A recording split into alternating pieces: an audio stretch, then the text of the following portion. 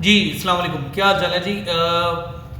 सबसे जो आज हम तीन बातों पर डिस्कस करेंगे कि इंडिया ने अच्छी परफॉर्मेंस दी है कि ऑस्ट्रेलिया ने अच्छी परफॉर्मेंस दी है। एक बात। दूसरी बात ये कि इंडिया जो है वो जल्दबाजी में आउट हुआ है या ऑस्ट्रेलिया की बॉलिंग लाइन बहुत अच्छी थी। दूसरी बात ये करेंगे। तीसरी बात ये करेंगे कि विराट कोहली और रोहित शर्मा का जो है अपने टीम के साथ जो रवैया है, ये जो जैसे वो कर रहे हैं, क्या वो अगले आने वाले टेस्टों में वो टीम का हिस्सा रहेंगे कि नहीं रहेंगे, या उनका ये आखिरी टेस्ट सीरीज होगी और उसके बाद वो रिटायर हो जाएंगे।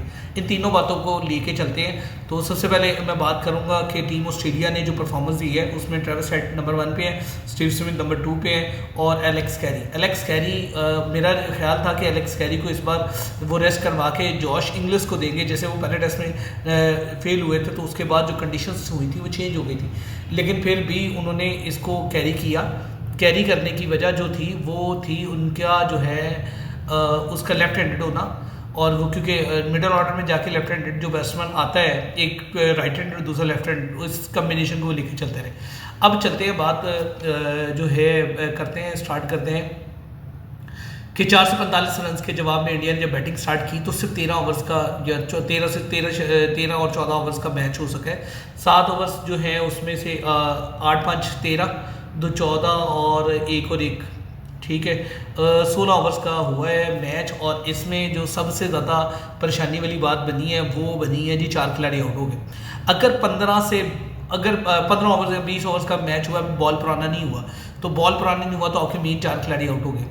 सबसे बुरी विकेट जो है, जो सबसे जो बुरा आउट हुआ है वो शुभमन गिल है। वो बॉल को हिट मारते हुए आउट हुए हैं और यहाँ पे प्लेस करने की बात थी। अब प्लेस करने जाते हैं स्टार्क को तो वो मेरा नहीं ख्याल था कि आप आउट होते। उसके बाद जो है क्या नाम उसका विराट कोहली है, वो एलेक्स कैरी की वाइड बॉल को जो खेलने जा रहे हैं, यानी कि बाहर ऑफ स्टंप से बाहर है। आपको पता है टीम इस वक्त परेशानी की आलम में मुब्तला है, तो आपने उसको क्या किया है, आपने उसको वैसे ही लेके चलते रहे कि चलें जो भी है वो चलता जाएगा। लेकिन ये है कि आपको चाहिए था कि मिडल स्टंप पे बॉल आ रही है या फोर्थ स्टंप पे आ रही है, थर्ड स्टंप पे आ रही है, आप उसको चेज़ करने की कोशिश करें, उस पर रन्स करने की कोशिश करें। लेकिन यहाँ पर उल्टा हिसाब हुआ कि बाहर की बॉल को आपने शॉट मारी है और जब शॉट मार ली है तो आप इस बात के बाद आउट हो गए। अब 2 खिलाड़ी आउट हुए, फिर इसके बाद तीसरी बारी आ जाती है ऋषभ पंत की बॉल बहुत अच्छी थी, इतनी अच्छी बॉल थी कि वो जो है पैट कमिंस ने लाइन टू लाइन बॉल की है और बिल्कुल सीम बॉल हुई है और वो आउट हो गए। अब चलते हैं जायसवाल पे। जायसवाल ने सिर्फ और सिर्फ एक लफ्ज़ बोला है, कम टू स्लो, कि आप स्टार्क भाई स्लो आ रहे हैं, बस वो गया। उसके बाद स्टार्क तो स्लो आता है या फास्ट आता है, लेकिन जायसवाल आपको नज़र नहीं आता। जायसवाल ने 2 बॉलें खेली हैं, पहली पे तकरीबन 4 रन स्कोर किए हैं और वो तकरीबन दूसरी बॉल पे आउट हो गए। पहले मैच में पहली बॉल पे, इसकी पहली इनिंग में पहली बॉल पे, और दूसरी मैच की जो दूसरी इनिंग थी वो दूसरी बॉल पे आउट हो गए। तो ये जो है आपकी स्ट्रेटजी है या आपका जो रवैया है वो आपके हालात ठीक नहीं है। अब देखें, रोहित शर्मा ने इनके एटीट्यूड की वजह से इनको उधर ही जो है एडलीड में छोड़ा है। उन्होंने कहा जी आप वहीं पे रहें, और आपको जब कहा था आप तैयार हो जाएं तो आप तैयार नहीं हुए, तो फिर आप यहीं पे इंतज़ार करें। अगर वो छोड़ आते तो ज़्यादा बेहतर था, चले कोई और खिलाड़ी खेलता, कम से कम 30-35 स्कोर तो करता। लेकिन यहाँ पर आवे का आवे बिगड़ा हुआ है। उसने क्या करना है, जायसवाल के बाद शुभमन गिल भी 1 पे, विराट कोहली 3 पे, ऋषभ पंत 9 पे और रोहित शर्मा 6 बॉल खेल के 0 रन पे है और वो आज का मैच अबंडेंट हो गया। इन सारे हालात के बाद मुझे ये लगता है कि बॉर्डर गावस्कर सीरीज़ के बाद इंडियन टीम वर्ल्ड जो है WTC के फाइनल से बाहर है, और वो ये मत सोचे कि जी मैं WTC का फाइनल खेलूंगा। जो उनके हालातों में टीम इंडिया को जो चाहिए वो ये है कि उनकी जो कंडीशन है वो इतनी ज़्यादा ऑकवर्ड हो चुकी है कि वो WTC के फाइनल के अलावा कुछ और सोच ही नहीं रहे थे, और जिसकी वजह से क्या हुआ कि सिस्टमेटिकली वो डाउनफॉल हो गया। अब ये है कि अब यहाँ से जाते हैं तो मे भी अगर ये पाकिस्तान के खिलाफ सीरीज होती है और पाकिस्तान के खिलाफ इंडियन क्रिकेट का ये हाल होता तो बड़ा बुरे हालात थे, और फिर लोगों ने ये विराट कोहली और रोहित शर्मा का कैरियर भी तबाह हो जाना था।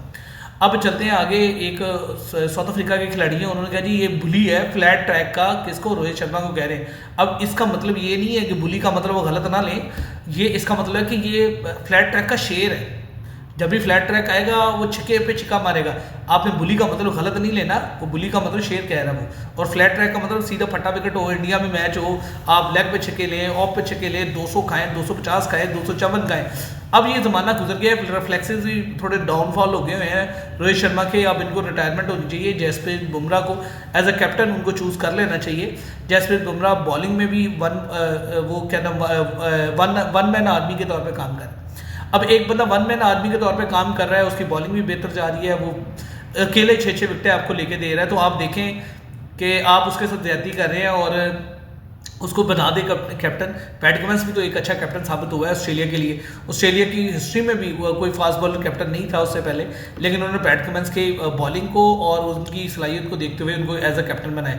मुझे क्या आपका ख्याल नहीं है कि Jasprit Bumrah as a captain होना चाहिए? टीम इंडिया का नेक्स्ट फ्यूचर कैप्टन तो जसप्रीत बुमराह ही है, तो अगले 2 टेस्ट में रोहित शर्मा को रेस्ट करवा के जसप्रीत बुमराह को एज अ कैप्टन खिलाएं, मुझे लगता है वो मैच भी आपको जितवा के देते।